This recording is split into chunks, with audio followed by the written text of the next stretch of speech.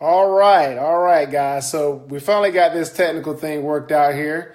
So we're going to actually have a pretty good treat for you guys tonight. We're actually going to have a pretty good friend of mine. I've come to know her through her sister and everything like that. And it's been a lot of fun just kind of watching her ask some really cool questions and different things like that. So, what I want to do, guys, at this time is I want to bring on inside of this edition of Cadet Connection. I want to bring on Angela, and so she's pretty funny. She's kind of crazy, but bring her on here to the Facebook Live and just kind of talk to her a little bit because I know you guys are just tired of hearing me all the time posting this and posting that and posting numbers things and all those kind of things. So, hello, Angela. How's it going?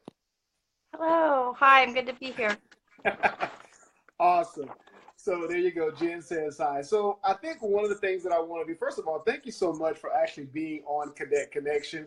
I think it's important that people get to see other people's experiences in the group besides just what I'm talking about. I mean, nobody wants to hear my mouth all the time, but I think people should see and hear from other folks and what their experiences are. So for those of you who haven't met Andrew, why don't you go ahead and tell us a little bit about yourself? Where are you from? What do you do? All that good stuff. Sure. Hi, everyone. My name's Angela.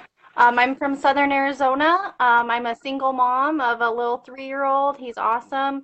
Currently, I work in cancer diagnostic research, and Okay. I'm a member of Currency Cadets. Awesome.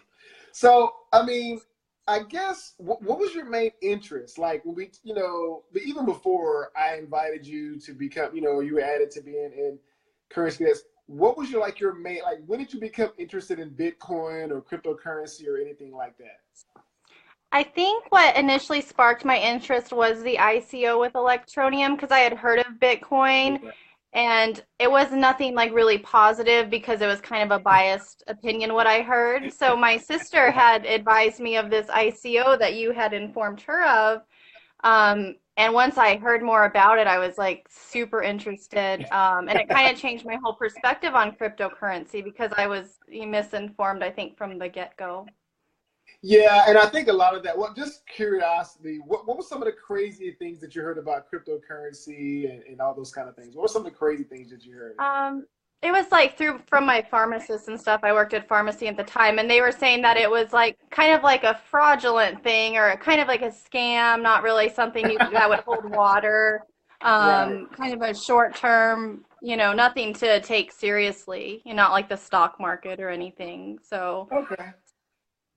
and it So are wasn't they something that singing the was. same tune? Are they singing the same tune now?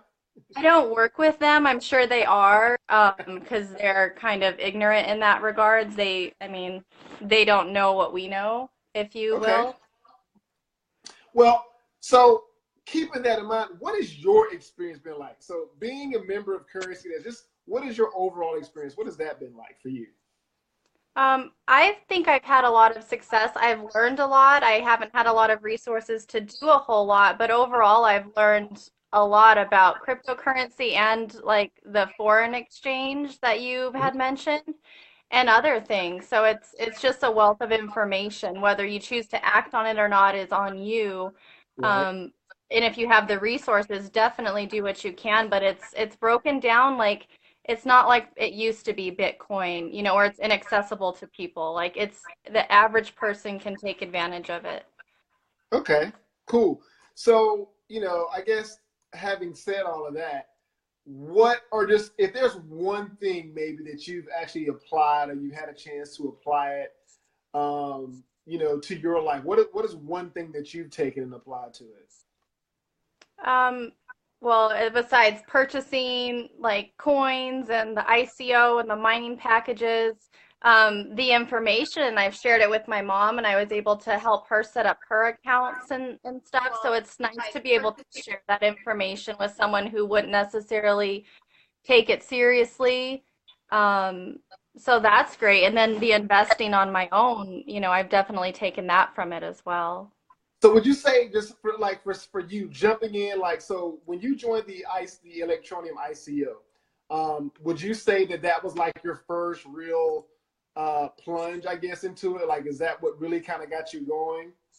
Definitely, yeah, because prior to that, I had only heard of Bitcoin and I heard mostly negative things. So the Electronium was my first step in the cryptocurrency and the trading and the mining and all of that.